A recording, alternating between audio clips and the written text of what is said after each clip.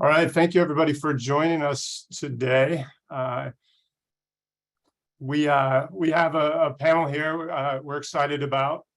Joining us, I should say joining Justin and I from Map Your Show are Shukas, the Senior Director of Event Operations at the National Restaurant Association, Jorie Dydo, Senior Manager of Exhibitor Services for RSNA, and Kate Hawley, Senior Manager of Exhibitor Sales for WEFTEC.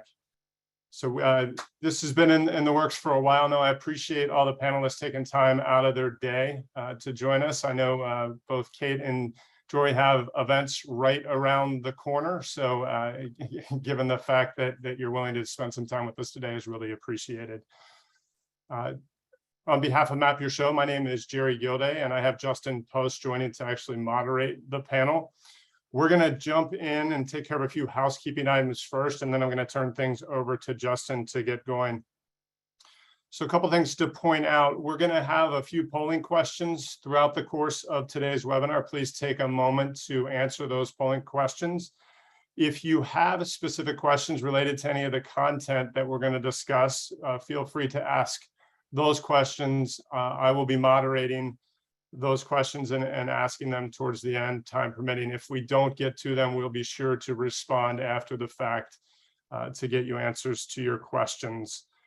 And then the last thing I'll say before I turn this over to Justin is that I'm calling in from a lovely Marriott property in the middle of Manhattan. My internet connection is spotty at best, so if I disappear into the abyss, everybody will know why, and Justin will kind of run with things from there.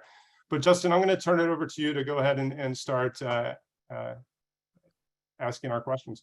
Yeah, no, appreciate it. We're obviously looking forward to this. Echo obviously everything Jorie mentioned there, and excited for you to hear from someone other than Jorie or me. I know that's not why anyone here registered or signed up for this. So why don't we sort of start in here? Kate, I'm going to kick this off to you here at the beginning. The topic of this is booth renewals, all that fun stuff, and we can probably throw the poll question up when we get a chance here. Why don't you, while that poll question's up there, why don't you give us just a quick 30-second synopsis of how you do booth renewals currently? Yeah, so just for context, I started as a Map Your Show customer in 2021. So last year was our first year that we used Map Your Show.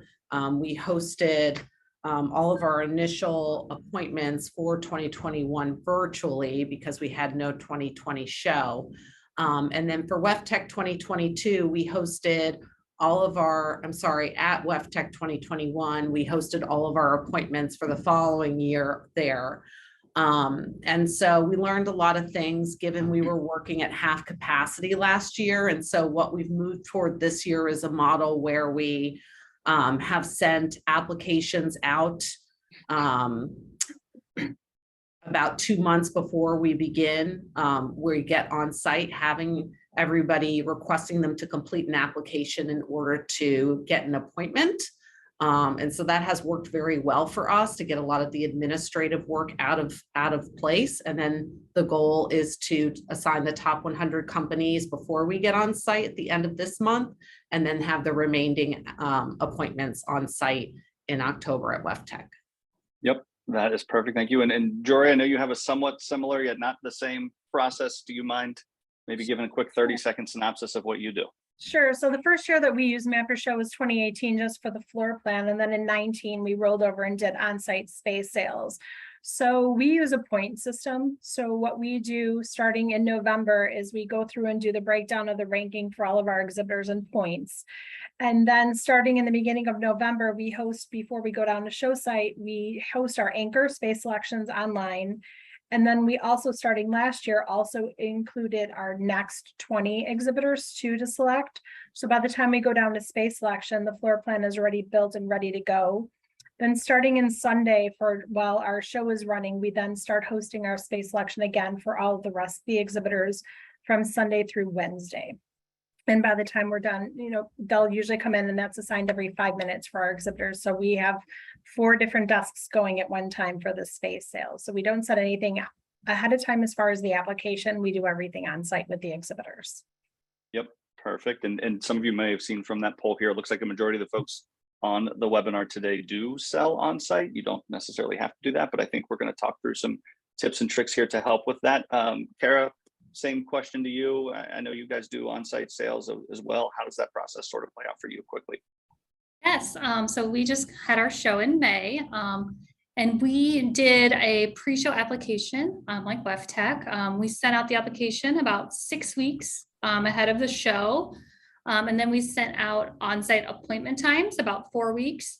We told those exhibitors, to get the application in to get their appointment times 4 weeks out.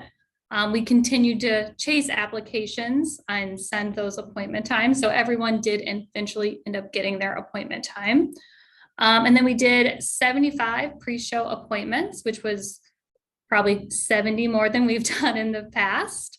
It was very successful. And then the rest of them we did on site. Awesome, thank you. So let's jump into some of the questions. And for those of you that submitted questions to us ahead of time when you did the registration, thank you. We did alter, a few different topics and pieces of here as we go through some of that. For those that, mentioned they don't rebook space on site, I'm assuming there are a number of different reasons, right? In terms of staffing, timing, all the different stuff related to those events.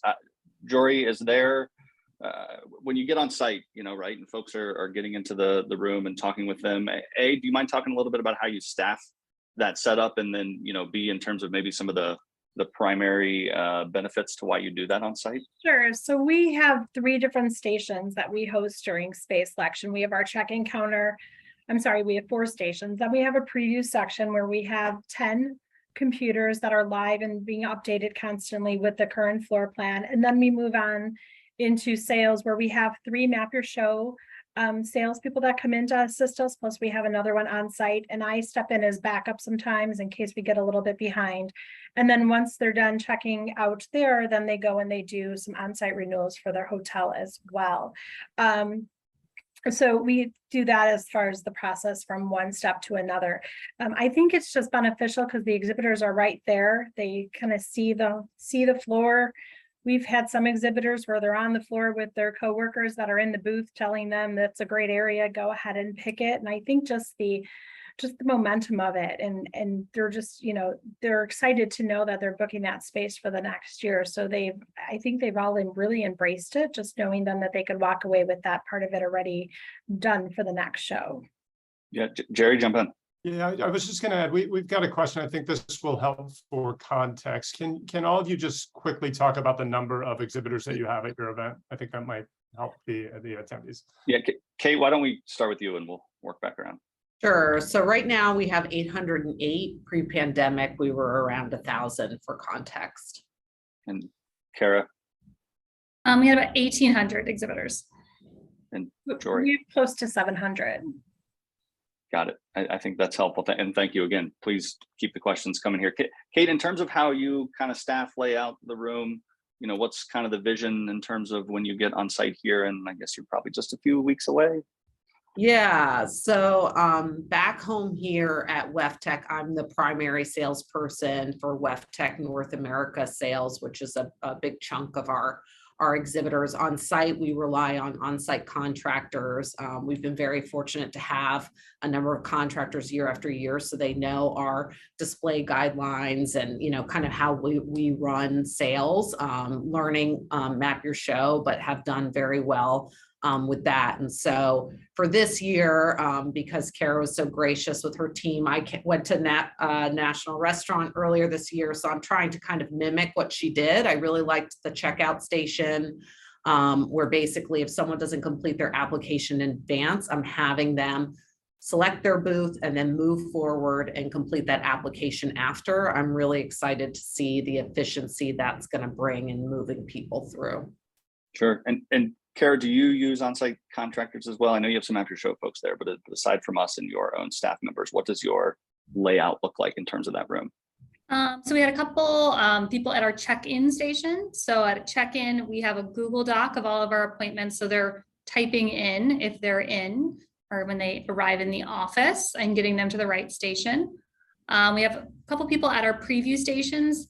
We found that if you can really help them at the preview station, it really helps them go faster picking their booth at the selection area.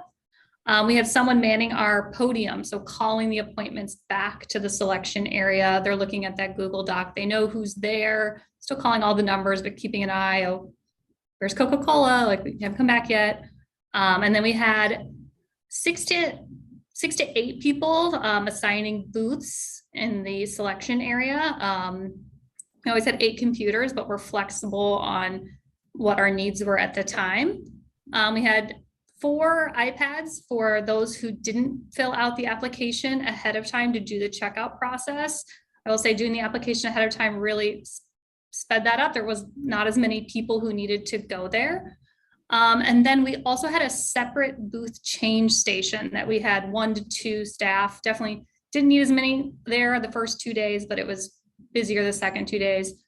So since if they filled out their application ahead of time, we could select space for them. Sometimes they would come back and want to change. And I was really happy we had that separate area so that they weren't slowing down the selection areas. They were waiting in a separate line to change their booth. So we had 2 people there. Yep, no, helpful. I'm going to jump into that, and we could probably throw the next poll question up here as we run through this. So just in terms, I know you mentioned, Carrie, you have your folks do the application prior to getting on site, or as best as they can. If they don't, they fill out those iPads, just to make sure everyone's on the same page. Essentially what I think that looks like, and feel free to correct me if I'm wrong, is that you have exhibitors make sure things like their contact information, the company information, all of that stuff, the fun administrative work behind this whole piece, that is all taken care of as best as it can be prior to getting on site. Are you also having them give you a rough idea of how much square footage or something like that they're looking for? Yes, so they're able to pick the dimensions of the booth they're looking for and the booth type, and then we had them tell us which hall. Our first year during our rollover process, we asked for booth numbers, but it was too specific because everyone wants the booth in the front of the hall. So we kept it more generic. What hall do you want? Or rank the halls. And so they're giving you this idea kind of before they get on site. Now, then when they get on site, they actually see an interactive floor plan, right? And are working with you or someone from the team to physically have booth 1301 added to their profile before they then go through the payment steps. Do I have that correct?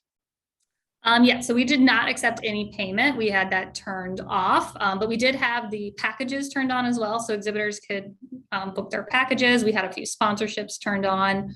So they completed the whole application process through Map Your Show. We just had the payment section turned off because we did allow exhibitors to, of course, upgrade their space based if they wanted more, but we also allowed them if they found a smaller booth in a prime location for them, we did allow them to do a smaller space. So we didn't want to deal with any more refunds after the last few years. So invoiced after they picked their space on site and we approved them, they got their invoice. Yep. And Jorie, your process is a little similar. Do you mind expanding on, I know you do some of the pre-selections. Sure. Are you having those folks go through the actual application? Are you walking them through it and making some of the administrative updates? What does that look like for your exhibitors? So we build out the floor plan ahead of time and we have that previewing online, usually starting we try to do it about 3 weeks beforehand, sometimes 4 weeks. But we'll build it out based on looking at what we had the previous year, however, knowing that we may be making some adjustments. One of the things that we started doing recently is we also outline areas that are going to be specific to inline booths. And we'll highlight those a different color, which helps to break out what areas we cannot combine as far as turning those into islands. But once they get past the preview stations, we do also have somebody that's calling them as they check in, walking them over to one of the desks. But we go through, we select the booth, we assign it to them, they confirm all of their information, and we also process payments on site. We also sell HQ space and meeting suites, and we also give them an opportunity to go ahead and upgrade their listings similar to what they had in the previous year. So we also do host those, but they do select their booth right then and there. So as they're selecting, we're also then making adjustments to the floor plan in case somebody else is having to combine or uncombine some booths. So that's always constantly being updated and previewed as well with them. Got it. Thank you. And Kate, we talked to Karen and Jorie touched a little bit on the floor plan layouts. I know site selection for your events all happen quite a bit out in the future. how do you go about constructing that initial floor plan? Are you relying really just on the previous years, and how are you kind of doing that, knowing that maybe the last few years, I mean, are you going back as far as 18, 19? What does that process look like for you to initially lay out a floor plan and then manipulate it while folks are selecting? Yeah, so we are finalizing our floor plan in really June, July for our October event. And so with the applications, even though they were just completing it for space to tell us what size, we actually have the floor plan available and ready about 9 weeks out when they're completing those applications. And so, you know, basically at this point, I'm going to start going through approximately 500 applications that have been completed and then reconfiguring based on what I'm seeing. The goal would be for my top, 100 appointments, I have a good feel of what it's going to be, but I'm flexible to, adjust and reconfigure during virtual appointments and on site as well. Sure. Yeah, that we found with the Carrie, pre-show application, it really told us, we usually only have a lot of changes with the top exhibitors, but because they're having to fill out that pre-show application, they're really thinking about the space they need. So we were able to go into those appointments pretty much knowing the size they wanted, which in the past, we did an intention survey, but it was more casual and they always tended to change. I feel like we had a much clearer vision of what was going to be selected at the beginning. Jorie, question? Yeah, quick question. I know I said I would hold these questions to the end, but some make sense to ask now, not later. This question relates to rotation of events. I know some of you, your event doesn't move, others, your events do move. So I think the question is, how does that impact or influence the process when you're moving from, New Orleans to Chicago or whatever it might be? So go ahead, Jorie. I'm sorry, ours is hosted each year at McCormick Place. So the only difference that we do is when we're hosting the anchor booths first for selections, we only allow 2 anchor booths in each hall. So based on the ranking there, so one hall doesn't host all of the anchor booths. So that's one thing that we do. And so sometimes that will change depending on where they're at as far as with their points, but we are at McCormick Place each year in Chicago. Yeah, I was just gonna say I rotate between New Orleans and Chicago for WEFTech. So more or less, we kind of have a good sense of what we're doing each year. Got it. We're also in Chicago. Yep. I think that makes sense. Do any of you feel this is a totally off the cuff, quick raise of hands if you do. Does anyone feel pressure to kind of reinvent the floor at all year to year, or maybe even since post-COVID or anything? We didn't prep any of this, so it's okay if you don't. But Kate, I see your hand. Go for it. Yeah, I mean, I've been, conferring with colleagues, and I know there's exhibitors that pick the same exact spot when they're in Chicago and when they're in New Orleans, and we want to keep happy exhibitors, but is that the best thing for the show? Are there other ways we can, can we push people or, create policies where, you can't be in the same spot every year? I think there's opportunity to think more about that. And if anybody on the call has an idea, email me. Well, when we did our first space selection at the 2011 show for 2012, and they took that as an opportunity to redo the floor plan. So it was a new process, and it was a new floor plan. The floor plan had really gotten off ports. They really just cleaned it up, and they took that first opportunity so we're pretty good now. We stay on ports. We really try to keep the booths in line, but they took that first year as an opportunity that the exhibitors are already kind of mad about it. So it was just, here's a bunch of new things. And again, we'll just consider this a rapid fire one here. Raise your hand if this applies. Does anyone get feedback from exhibitors on site that, hey, we just can't book something this year? And if you do, what does your response or what does that follow-up look like with them? And it's okay I can go quick. I mean, yes, we do get some of that feedback, but because we do not require payments on site when we start at on-site sales in October, and we don't require payments until January 31st, and you can cancel up till January 31st with a 0% penalty. So it's kind of no lose situation unless you're a huge island and want to reconfigure into a different size. I can't guarantee you I can keep you in that place. So, you know, pre-pandemic, we were usually around an 80-85% renewal rate. And so my goal is to get it back up there. We have Jorie, if you something, had- yeah, for we have something similar where you could select your boot space and payments aren't due until December 31st. You could cancel or reduce, you know, without any penalties. But then usually after space selection, we do shut down sales for the month of December just to get everything in order, ready to go. And then we reopen it up again mid-January for anybody that has not renewed. And we do have some conversations with those exhibitors that are still on the fence. But again, we use that end of the month, end of the year deadline that some of them will take advantage of that to make those decisions. And again, if it's something very large, we also do have that conversation that we can't always guarantee where their space may end up if it's really going to make a huge change to the floor plan. Great. Our exhibitors are liable after space selection, but if they don't want to select, they just will be getting what's left after space selection. A lot of what the exhibitors who want to be in the front, or I mean, we almost sell out of South and North, so it's kind of like you'll have to get on a wait list to get in likely get into Lakeside and get in a wait list to get in South. And I think that's part of what makes on-site space selection work. People don't want to miss out. They have a space, they have a time, an order. They're like, this is my time. And it's the time to get what the best available booth would be at the time. Yeah, for a quick question, and it doesn't sound like Kate or Jorie do this, but do you offer any kind of discount or incentive to get exhibitors to sign on site? Yes. So we offer $1.50 per square foot savings. And just to add to what Kara said, I realize everybody is probably not in a sellout situation on this call. And so I think exploring the dynamics of your show and what you think would incentivize people to come, I will say that getting people to pre-commit and have these applications filled out in advance, starting that conversation early has really helped. Got it. We actually added tiered pricing this year. It was our first time doing it. So there was an on-site rate that went a couple of months past our show. And I vaguely remember one of you mentioning maybe handing out some priority points if someone books on site, but I don't remember who mentioned that.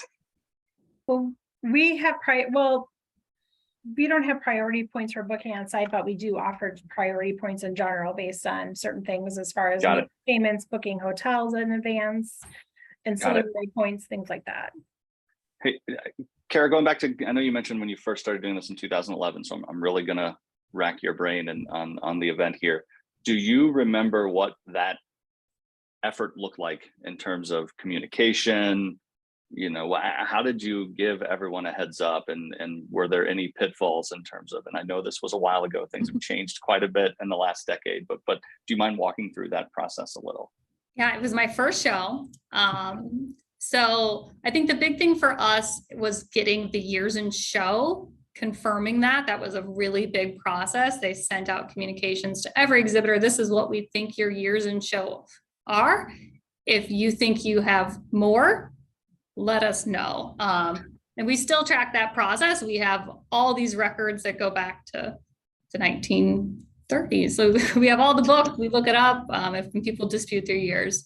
So that was the primary, because our priority point system is more of a selection order based off years in show.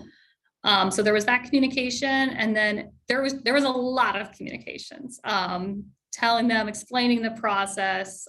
Every year, we have an FAQ document that we update and a methodology document. Those started in 2011, and we continue to keep those updated and always post those. So try to be this is exactly how we're gonna do it.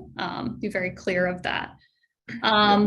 It was a big change. So people wanted the same booth they've always had. It was a big change for them. It was a interesting first show to work. But every year since, it's only gotten better. And I think now it's so much a faster process. Exhibitors really appreciate how fast it can be now. Yep.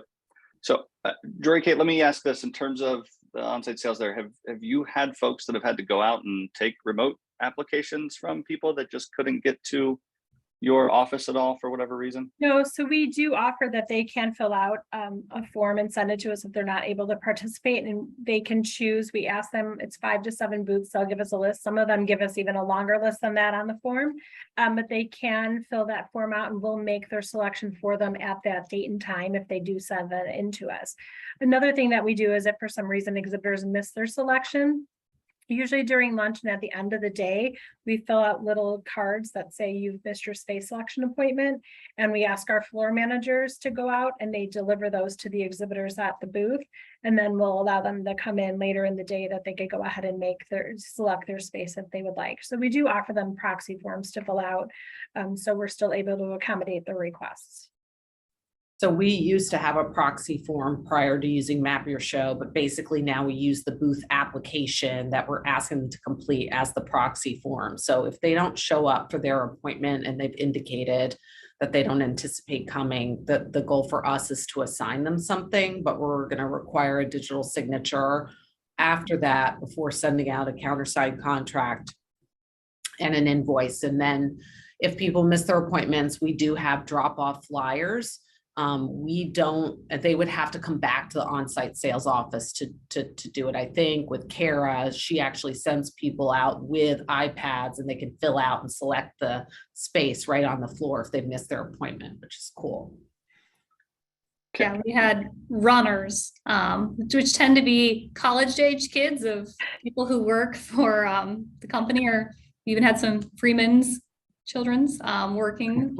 But yeah, so they're able to go down there, and that's really the people who didn't fill out the application ahead of time. Really, the more that you can get of that ahead of time, the better. But yeah, they can go down, take the application and pick their booth. Awesome. So Carrie, you're the only one that has officially had an event so far. So I guess I'm just going to direct this next question to you. Anything that you're able to share, trends, whatever, of how things went this year compared to either recent history or even way before COVID times? Ours was very in line with what had been from previous years. We historically had like an 85% renewal rate, and we were at 87. So the excitement, we had really great excitement at the show, and it really helps. The exhibitors are excited. They're seeing the customers in their booth just to get them to commit then on site while they're excited. I think that makes sense. In terms of forecasting, and maybe this is more for, I'll start with you, Kate. Anything that you're taking into account as this is coming up this year? Anything you're hearing from exhibitors based on early conversations? Kind of how does your forecasting process look for booth renewals year after year, and maybe even specifically this year?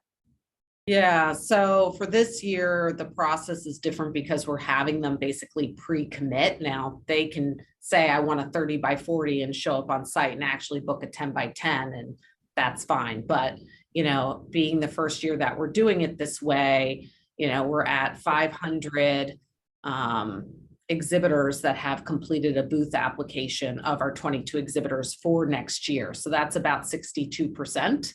We've already got, you know, that much of commitment, almost 180,000 net square feet. So to me, that's a huge win. I think the idea is you're having these conversations, you know, in advance in comparison to, you know, final numbers of on-site sales.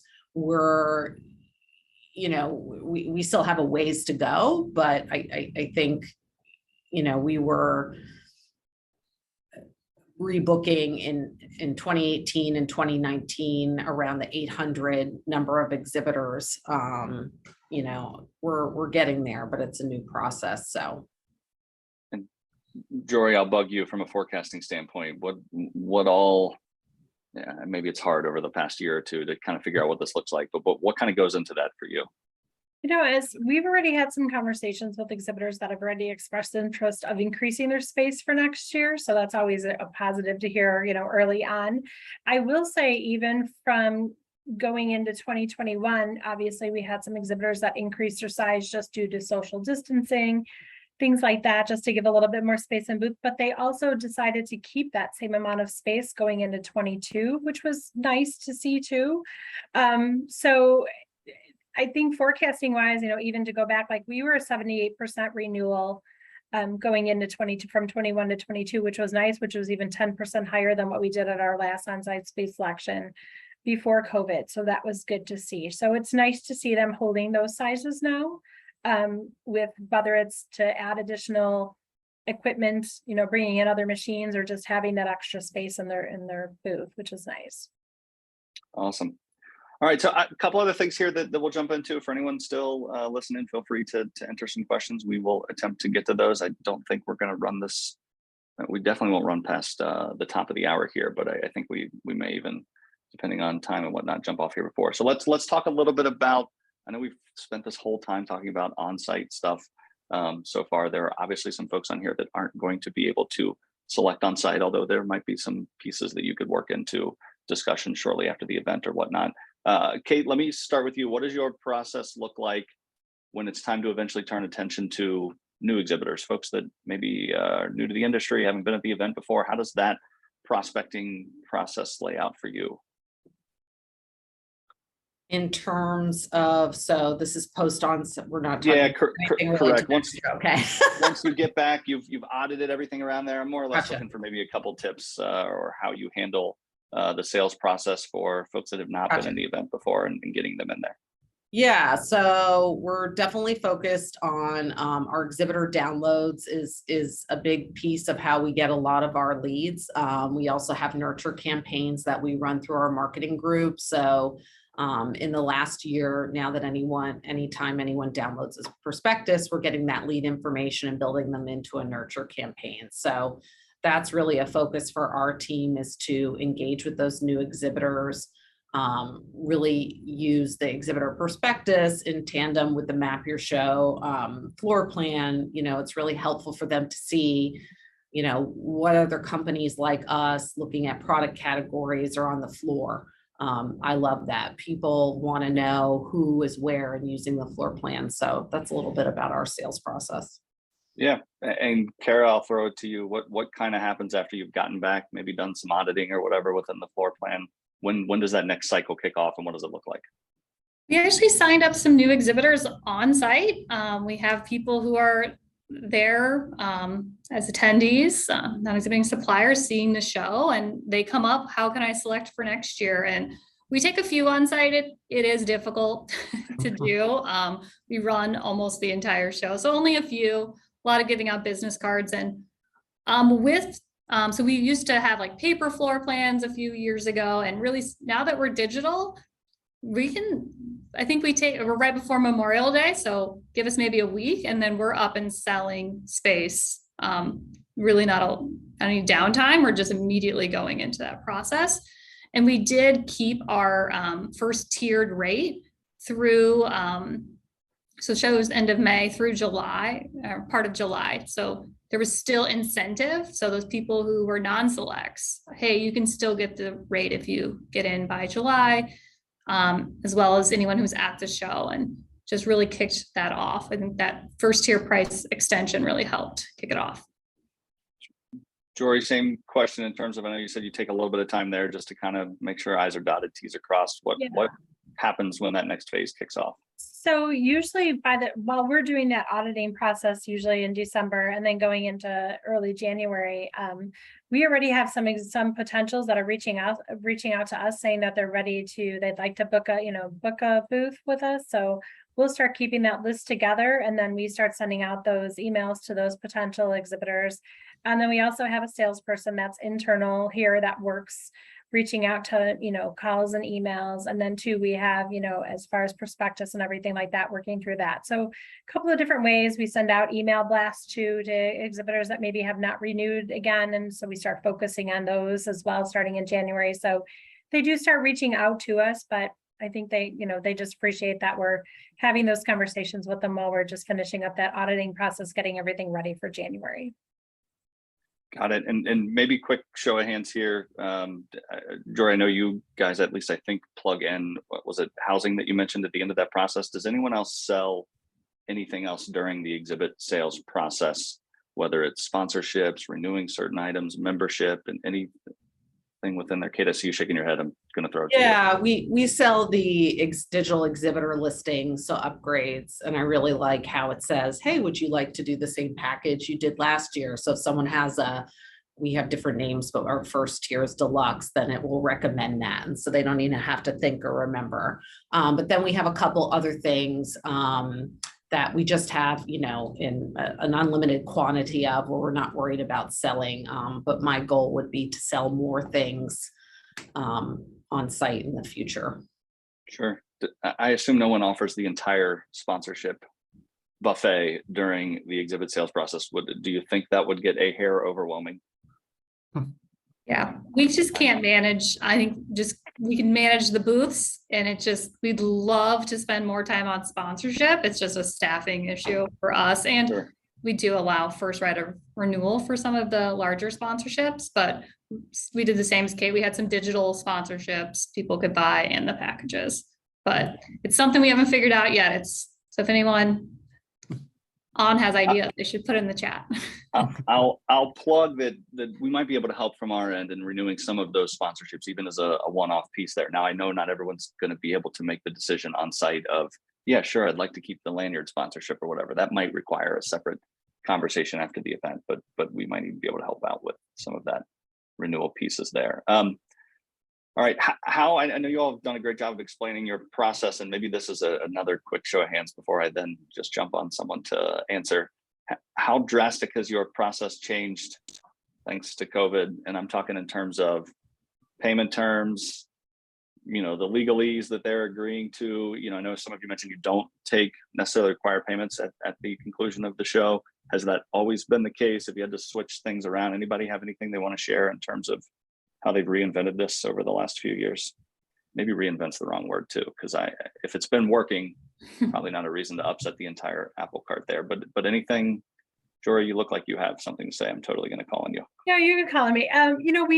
We did some changes to our payment terms for 21. We did extend those out a little bit more because we knew that there were still so many what ifs and conversations that, we were trying to figure things out as far as we had vaccines that were mandated and, mandatory things like that. And then exhibitors too were just trying to figure out who they were going to send. But we did go back to our regular payment dates for 22. So we went back to making those changes.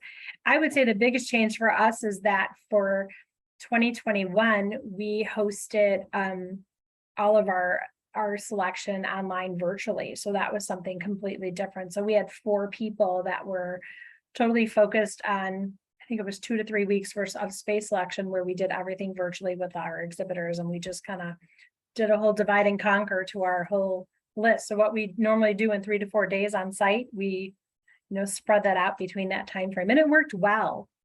And again, we had a great turnaround with that too, as far as the booking. So I think everybody was just excited to get back onto a show floor and be in person again. So as far as any timeframes now, we've gone back to everything where we were at pre-COVID as far as those changes. What about credits refunds? Anyone still dealing with any of that going into 23? I see you shaking your head, Kate. How has that process gone so far, and what's your plan going forward? Last year we revised our cancellation policy very close to the show, and instead of having 100% cancellation, they had a 25% cancellation, and then the remaining 75% could be kept on file to be used towards a WEF program by end calendar year 22. So the benefit is that it didn't we kept the money at WEF, but it allowed them to also utilize that. We hoped for boosts, but if not, we've got other great WEF programs, and maybe introduce them to other things that they weren't purchasing in the past. It's a lot of paperwork, but it is what it is. And, we've had, our exhibitors appreciate that we've remained flexible. In terms of our payment terms, we did flex and relax similar to Jorie in 2021, but this year we basically resumed our normal payment dates, but we've increased our percentages. So historically we'd require a 25% due January 31, cancel between February 1 and May 31, get a 10% penalty. and then full payment due May 31. After that, you're 100% liable. We now require a 50% deposit by January 31. And if you cancel any space between February 1 and May 31, you're dinged 50%, and then you're 100% liable. So the goal is to just, get more payment in advance, and also, make people think about, canceling with a 10% liability is not as big a deal as 50%. So we're hoping to hold on to more business. Yeah. I think All right. for us, Well, it go ahead, really, Karen. COVID really pushed us really digital.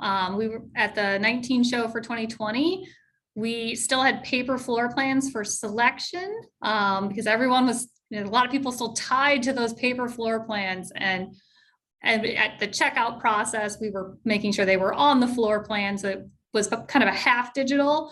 Like a lot of things with COVID, it pushed everything digital. And thankfully, and we had so many people just be like, oh, this was so fast with our process with the pre-application. I think they liked having more time to read over the application ahead of time. And then on site, they select their booth and they were out the door, back to their booth where they should be.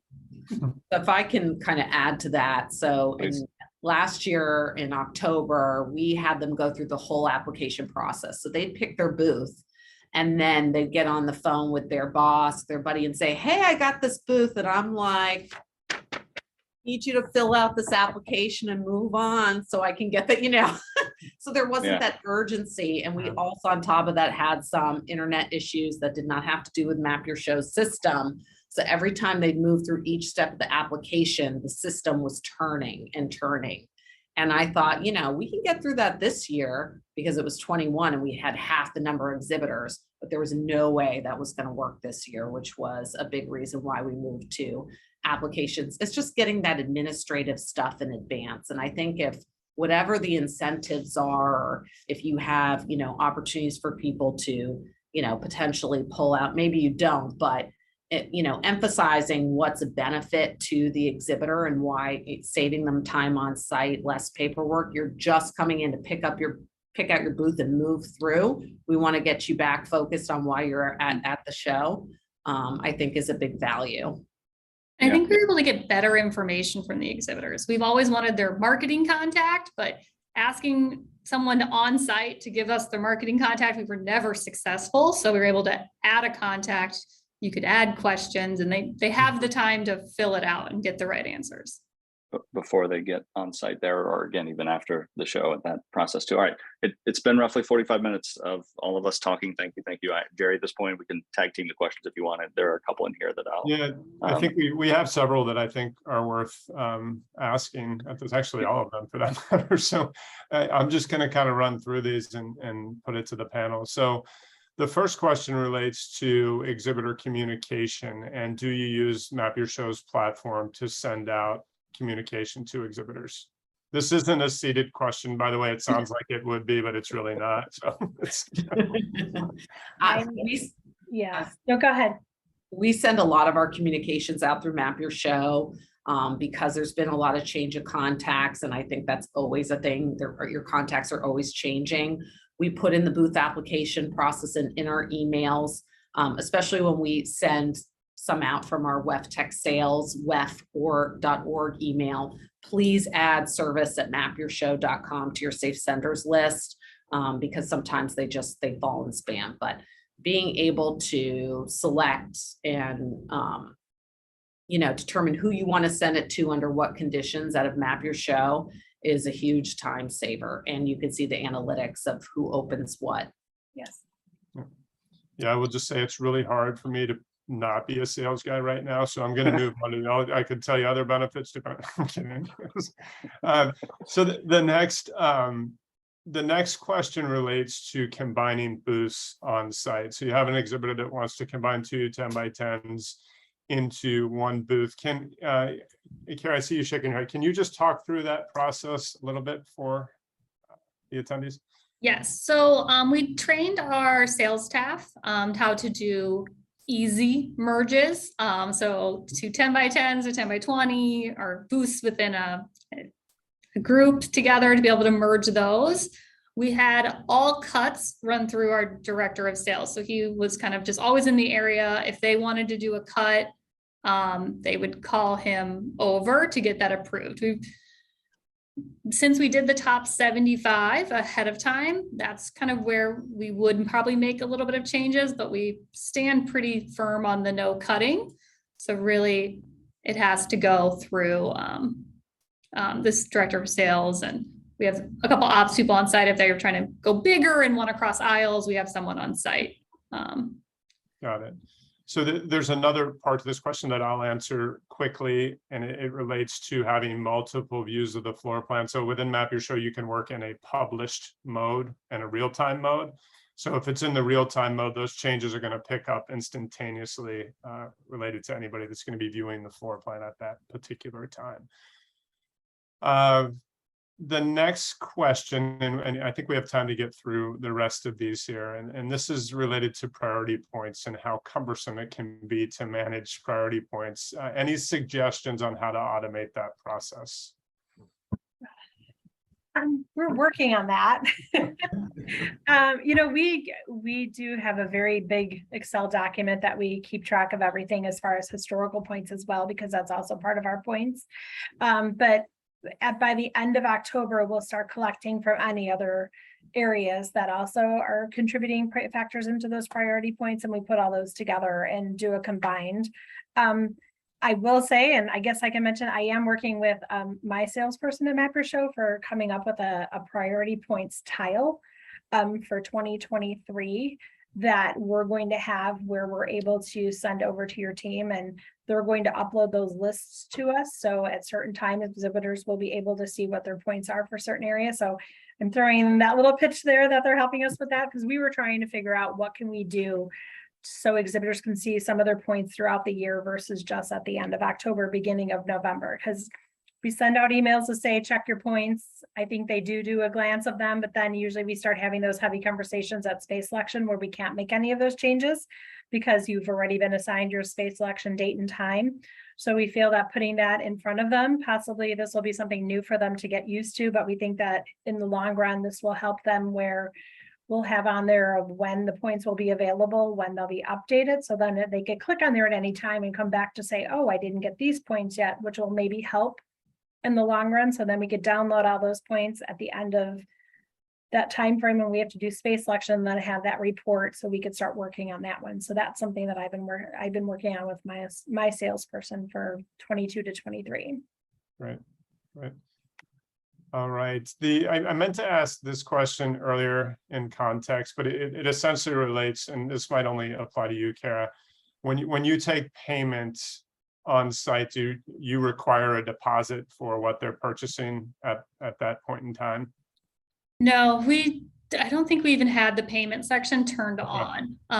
We had it turned off, and then we just send invoices. Okay. The invoices were attached to the approval email. So as soon as they were approved, and then we followed up post-show, because it wasn't due until July. Yeah, and I think that's the case for everybody else on the call as well, just not taking payment. I know. Go ahead. We actually take payments. Yeah, I think I was gonna say, I think, yeah. Yeah, we take Jorie, payments. walk us We through that, actually, yeah.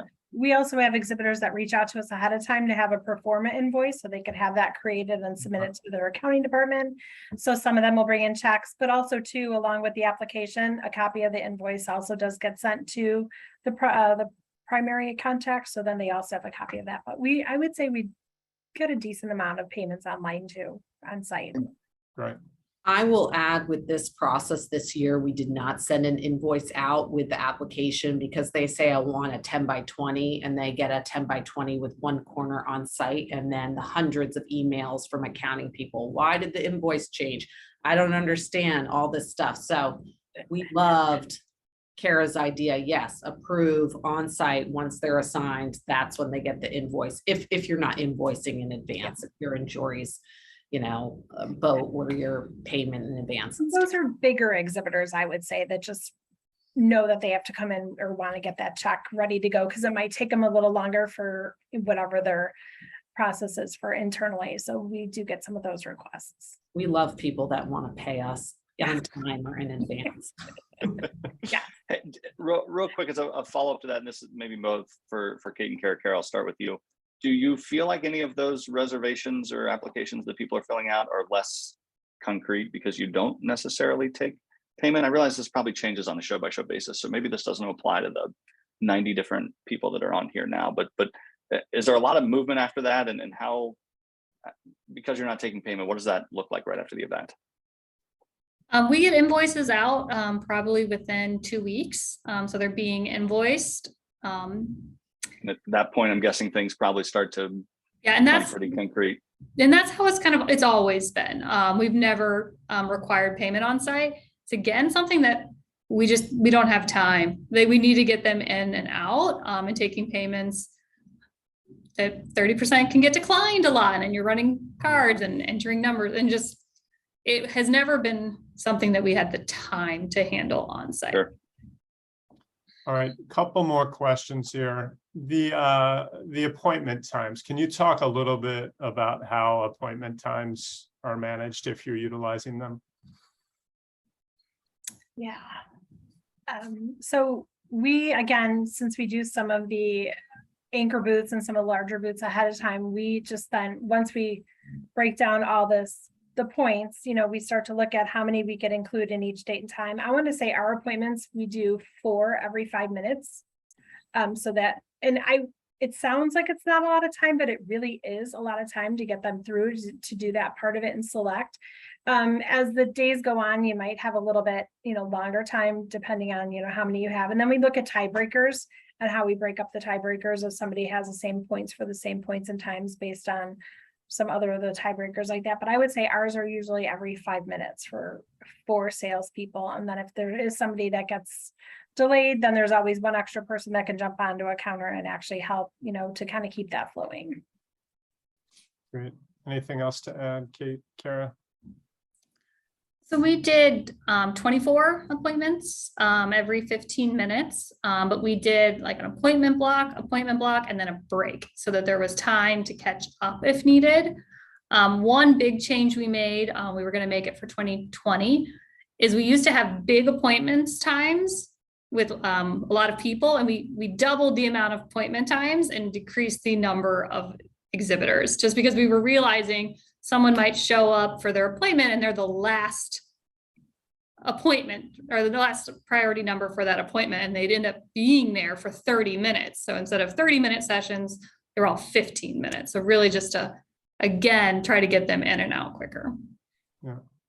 Okay. But it's hard. Yeah. For sure. All right, so we just have one quick question, then we have a few closing comments. This may or may not be applicable to the panelists, but I'm going to ask anyway. Any recommendations on strategies for renewals, booth renewals for a new event or a show that's relatively young, 1 to 5 cycles old? Can anybody speak to that, or should we table that for another day? Oh, somebody has an idea. Come on. I mean, I think just like a show that happens every year that's been in place, you think about what's the value, how can you pull people in, what can you do to create a sense of urgency, by doing these applications in advance, that floor plan is going to start populating, and that's going to make people want to move. So that's my idea. Okay. I think too, doing it on site when you have that floor plan online, that also helps with for future sales for new customer and new exhibitors coming in, because I think on site too, it just builds that excitement, knowing that they're there in the now, but they also know that they're already planning for next year. Cause and I just think that helps with future sales too. One thing that is different, I think, from Kara and Jorie is at WEFTech, we have a huge floor plan on a huge screen, almost like, NFL pick kind of thing. And so it really does make an impact when people walk in. And, I like the idea of the preview station separately because people can go in, but, people, as soon as they walk in, and we'll be able to clearly see what's reserved and what's available. And I think that creates some excitement and urgency too. Yeah, I agree. Our floor plan is online too. So even those that are in the booths, exhibitors can go on there and see the next year's already. And it's constantly being updated. So I think too, that just adds some excitement for those that have already selected their space and seeing what's, going on for next year. Yeah, agreed. Kate, I've been to your event. And I do think it's very impactful to walk into that room and see that big floor plan. I kind of like that idea. Yeah, so. Yeah. All right, well, I think that does it for questions. So in closing, just Kate, you mentioned early on about visiting Kara's events and looking at their process. One of the coolest things I think about this industry is how open organizers are to let other organizers learn from their experiences, right? So I know you guys offered this up when we spoke last week about attendees reaching out direct to you with questions, and I think that's a wonderful opportunity. But also visit other events, you know, for the customers that use us to manage this process, we're usually on site. So work through your map, your show rep. If there's a show you want to attend, let us know, and we can typically arrange that as long as it's not a competitive event. I don't think any of our customers have ever said no to that. I think it's a real genuine opportunity to learn firsthand and see things firsthand. So I think we had almost 100 people actually participate today, and most stayed on till the end. So we've done a couple of these webinars over the last couple of weeks. We think they're useful, but I would strongly recommend that you take the surveys. Let us know how we're doing. Provide feedback. If this is a benefit, we certainly want to do more of these, maybe not every 2 weeks, but this is something that we want to do. We want to bring our customers together to learn from each other. So again, if this is worthwhile to you, please let us know. Even suggest some topics for another webinar. With that said, I just want to again take a moment to thank all of our panelists. I'm kind of a trade show nerd, so I get really into these conversations. I think they're fascinating. And I hope everybody else did as well. I also want to thank Justin for the wonderful job he did moderating this panel, and again, to all the attendees for taking time out of their day to participate. Thank you all, and have a great day. Thanks, everybody. Thanks. Thanks. Bye.